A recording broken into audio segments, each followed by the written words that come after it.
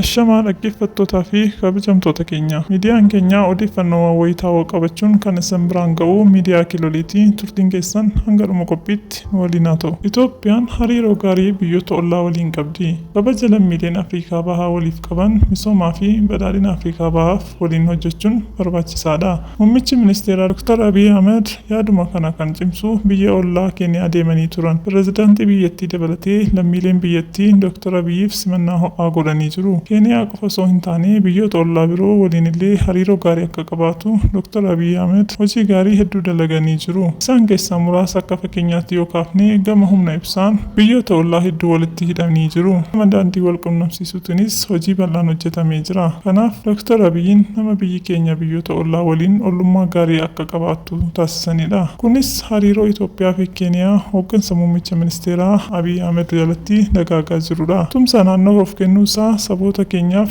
qabeenya dhugaati.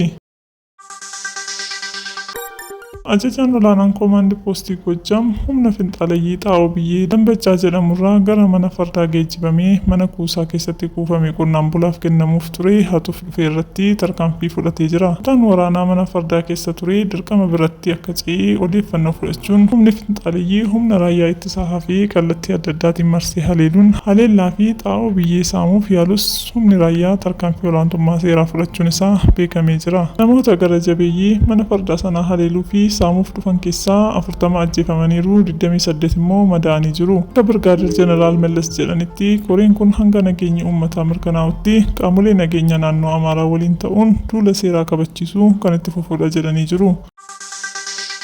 Oduu biroon loltoonni waadaa kaabaa Atlaantik naatoo Yuukireen tumsuuf kan bobba'an taanaan addunyaa irratti haalli walxaxaa fi rakkisaa ta'ee uumamuu akka danda'u Raashiyaan hubachiiftee jirti. Loltoonni waadaa kaabaa Atlaantik Yuukireen tumsuuf kan bobba'an taanaan addunyaa irratti haalli walxaxaa fi rakkisaa ta'ee uumamuu akka danda'u Raashiyaan hubachiifteetti. Naatoon waraana lafoo Yuukireen keessatti bobbaasuu akka danda'u pireezidaantiin Faransaay Emmanuel Macron walgahii hooggantoota biyyoota Awurooppaa irratti ibsa taasisaniin hordofee Raashiyaan akeekkachiisa kana laachuusaa ibseera. Naatoon waraana isaa Yuukireen keessatti bobbaase taanaan kallattiin Moskoo irratti waraana akka labsetti kan fudhatamu ta'uu itti aanaa afayaa'iin mana marii Federeeshinii Raashiyaa Konstaantin Koosaachoof ibsaniiru. Yaadni naatoo kun hojiirra oolaan addunyaa irratti haalli walxaxaa fi rakkisaa ta'ee uumamuu akka malu akeekkachiisuunis beekameera. Egaa dhaggeeffattootaa fi jaallatamtoota maatiiwwan keenyaa qophii har'aaf qabnu asumaan goolabnaa. Laayik, sheer, sabskiraayib gochuun nu hordofaa. Galatoomaa.